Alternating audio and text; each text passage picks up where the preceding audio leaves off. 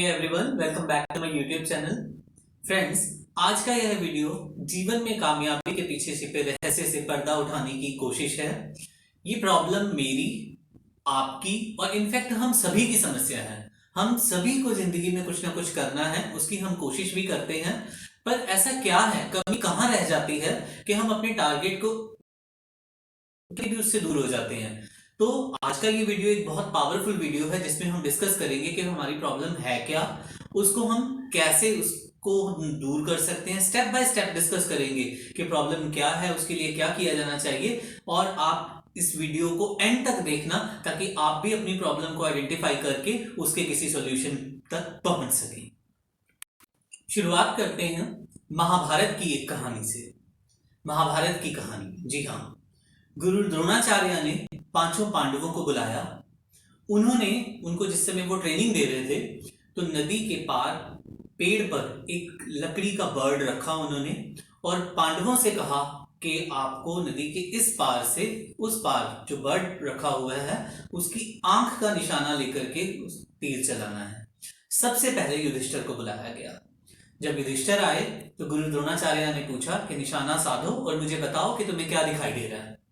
तो युधिष्ठिर ने टारगेट अपना सेट किया और जब द्रोणाचार्य जी ने पूछा कि तुम्हें क्या दिखाई दे रहा है, तो युधिष्ठिर बोले कि मुझे नदी के उस पार पेड़ दिखाई दे रहा है, पेड़ की डाल, पत्ते, उस पर बैठा पंछी और हाँ, पीछे मुझे साफ आसमान दिखाई दे रहा है।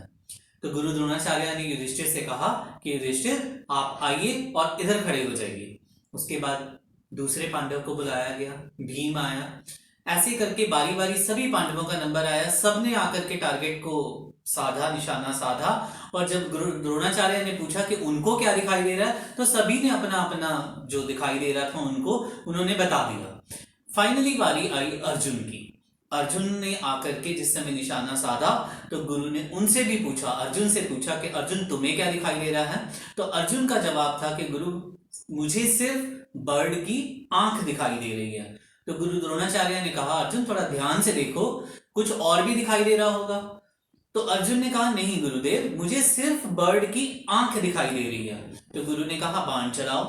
अर्जुन ने बाण चलाया, तीर लगा और सीधा तीर जाकर के कहां लगा, बर्ड की आंख पर। सो यही फर्क होता है, जो कामयाब हो जाते हैं और जो रह जाते हैं, उन दोनों के बीच में सिर्फ एक ही चीज का फर्क होता है और वो फर्क होता है फोकस का।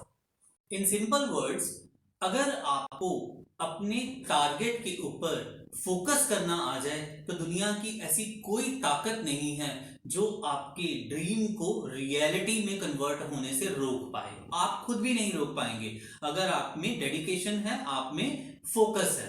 अब बात यह है कि फोकस तो हमें करना है, बट फोकस ना कर पाने के पीछे क्या कारण है? फोकस ना कर पाने पीछे के सबसे बड़ा कारण है हमारा कंफर्ट जोन। कंफर्ट जोन क्या है? कंफर्ट जोन हमारे आसपास के सारे डिस्ट्रैक्शंस हैं। आज हमारी जिंदगी में बहुत सारे डिस्ट्रैक्शंस है। गूगल है, फेसबुक है, व्हाट्सएप है, इंस्टाग्राम है। टीवी खोलो तो टीवी में बहुत सारे चैनल्स हैं। तो आप अगर डेडिकेशन के साथ बैठ भी जाओ कुछ करने के लिए तो तभी कुछ ना कुछ हो जाएगा। आप फिर दोबारा बैठो, फिर कोई ना कोई नोटिफिकेशन आएगी, फिर कुछ ना कुछ होगा, कहीं बीप बजेगी और कुछ ना कुछ होगा और आपका सारा फोकस आउट हो जाएगा।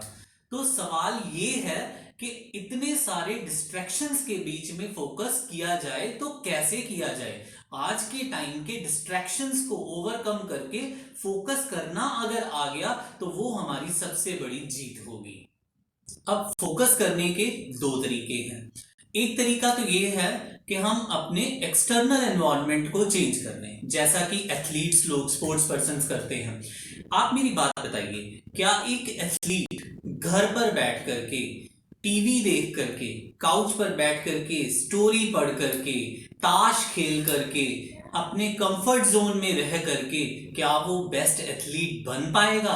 या बनता है? नहीं। वो क्या करता है, एथलीट या स्पोर्ट्स पर्सन क्या करता है, अपने घर के इस कंफर्ट को त्याग करके वो कहां जाता है, ग्राउंड में जाता है, स्टेडियम में जाता है। तो एथलीट्स क्या करते हैं, घर के कंफर्ट जोन से बाहर निकल करके अपना मैक्सिमम टाइम जो है वो अपना स्टेडियम में, ग्राउंड में बिताते हैं। क्यों बिताते हैं? क्योंकि वहां उनके जैसे और लाइक माइंडेड जो है वो लोग मिल जाएंगे, तो माइंड जो है वो ऑटोमेटिकली फोकस्ड होता जाएगा। तो एक तरीका तो ये हुआ कि घर से दूर बाहर निकल करके लाइक माइंडेड लोगों के ग्रुप में जाकर के फोकस को इंक्रीज किया जाए। This is one way, but is it practical?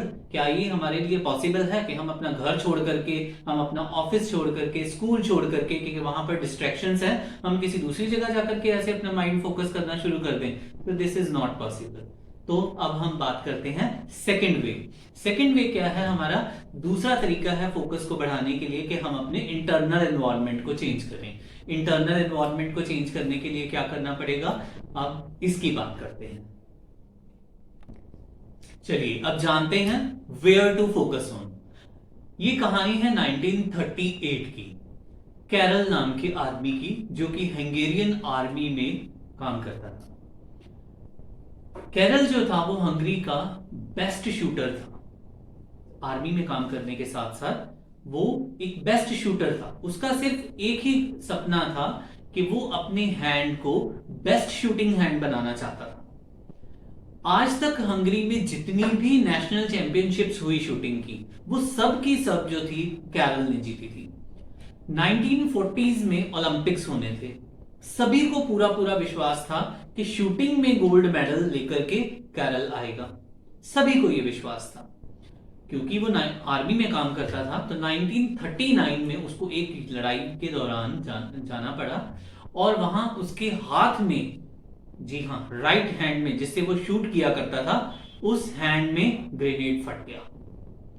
जब वो ग्रेनेड उसके राइट हैंड में फट गया तो उसका हाथ सदा के लिए कट गया।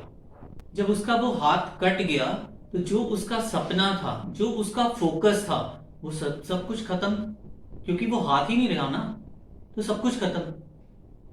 तो अगर कोई आम आदमी होता तो वो क्या करता? सरेंडर कर देता और ब्लेम करता भगवान को। जी हाँ, भगवान को ब्लेम करता कि मेरा एक ही टारगेट था, मेरा एक ही फोकस था, पर लास्ट मोमेंट पे जब मैं अपने टारगेट के बिल्कुल पास था, जब मैं जो करना चाहता था वो करने ही वाला था, तो आपने ये क्या किया? मुझसे मेरा सब कुछ छीन लिया। ऐसा एक आम आदमी करता, पर ये सब कुछ कैरल के लिए नहीं था। कैरल ने क्या किया? कैरल ने फोकस किया उस चीज के ऊपर जो उसके पास थी। और क्या था उसके पास? उसके पास एक लेफ्ट हैंड था। एक ऐसा लेफ्ट हैंड था उसके पास जिससे वो पेन पकड़ करके लिख भी नहीं सकता था। शूट करना तो बहुत दूर की बात है, पर उसने अपना सारा फोकस शिफ्ट कर दिया अपने लेफ्ट हैंड की तरफ। उसने अपने लेफ्ट हैंड को ट्रेन करना शुरू किया, जीरो से ट्रेन करना शुरू किया, और उसका एक ही फोकस रह गया कि मैं अपने लेफ्ट हैंड को दुनिया का बेस्ट शूटिंग हैंड बनाऊंगा। सो उसने सीक्रेटली धीरे धीरे करके अपने लेफ्ट हैंड को ट्रेन करना शुरू कर दिया। ट्रेनिंग के एक साल बाद हंगरी में नेशनल लेवल चैंपियनशिप हो रही थी शूटिंग की। कैरल वहां पर पहुंचा। हंगरी के बेस्ट शूटर्स जो थे वो वहां पर थे, और वो शूटर्स कैरल को देख करके पहले तो हैरान हो गए, और फिर उन्होंने उसका वेलकम किया और उसको कहा कि हम आपकी ट्रू स्पोर्ट्समैन स्पिरिट से काफी ज्यादा इंप्रेस्ड हैं। हम खुश हैं कि आप यहां पर आए हो हमारा हौसला बढ़ाने के लिए। पर जो कैरल ने कहा उसको सुनकर के उन सबके होश उड़ गए। कैरल ने कहा कि मैं यहां तुम्हारा हौसला बढ़ाने के लिए नहीं आया, मैं तुमसे यहां कंपीट करने के लिए आया हूं।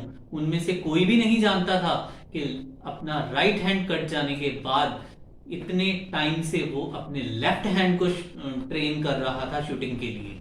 और चैंपियनशिप हुई, कैरल ने उसमें बेस्ट शूटर्स के साथ पार्टिसिपेट किया, और एंड में कौन जीता?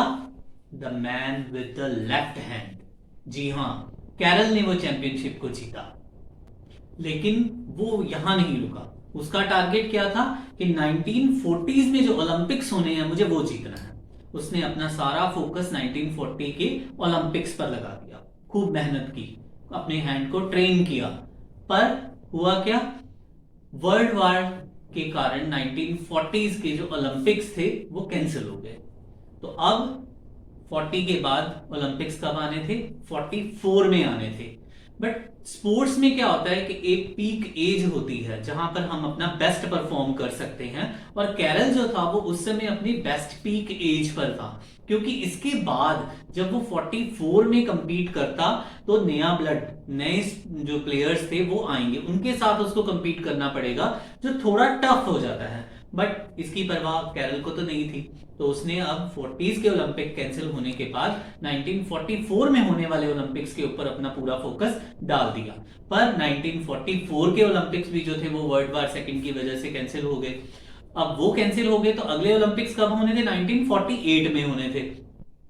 1938 में कैरल जो था वो मात्र 28 साल का था, और 1948 में जब ओलंपिक्स होंगे तो वो 38 इयर्स का, तो 38 इयर्स वाले को नए ब्लड के साथ compete करना था।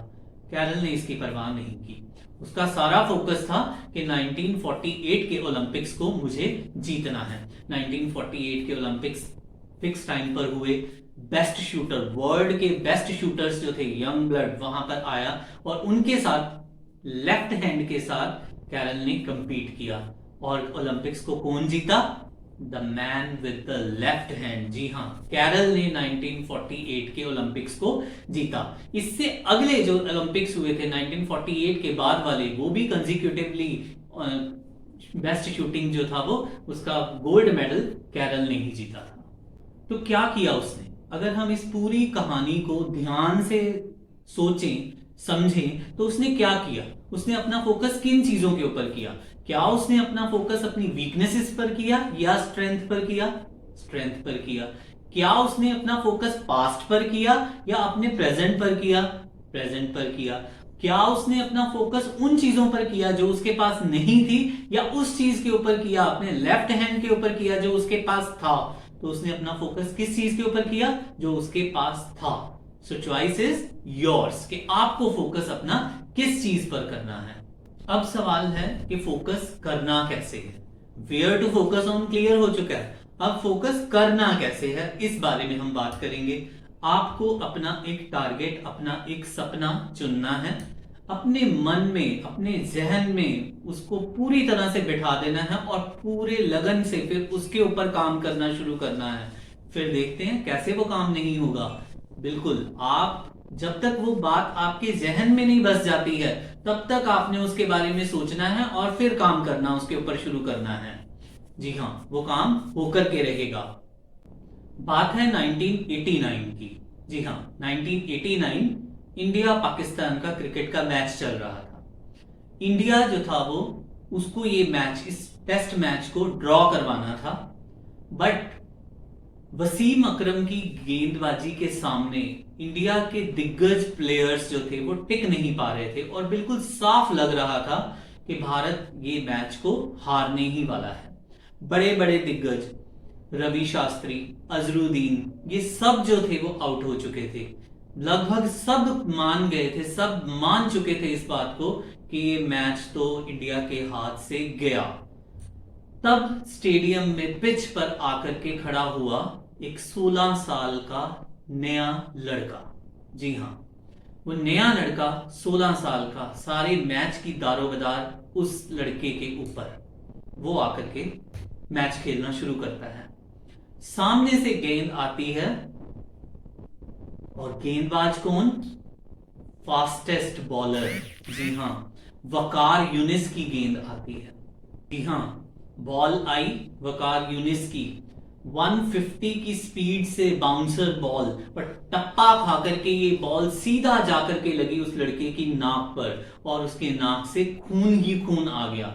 इमीडिएटली जो सीनियर प्लेयर्स थे वो आए ग्राउंड में, डॉक्टर, मेडिकल एड बुलाया गई, और सभी ने कहा कि चोट बहुत गहरी है, खून ही खून है। उस लड़के को कहा कि आप नहीं खेलेंगे, उसको जाने की सलाह दी। बट वो लड़का क्या बोला? जो उस लड़के ने बोला, वो लड़का कहता है कि मैं खेलेगा।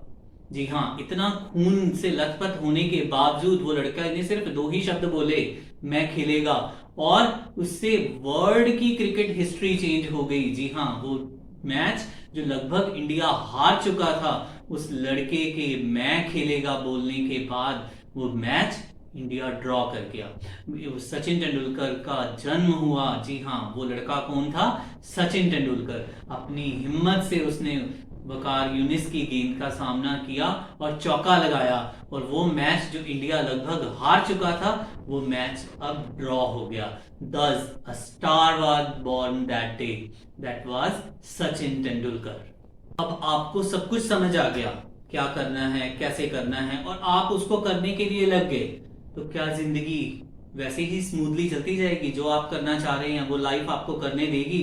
नहीं, लाइफ सामने से आकर के खड़ी होगी, आपके मुंह पर खींच करके एक थप्पड़ मारेगी और आप लहूलुहान हो जाओगे और गिर पड़ोगे। बस उन्हीं 10 सेकंड में विनर और लूजर का फर्क सामने आता है।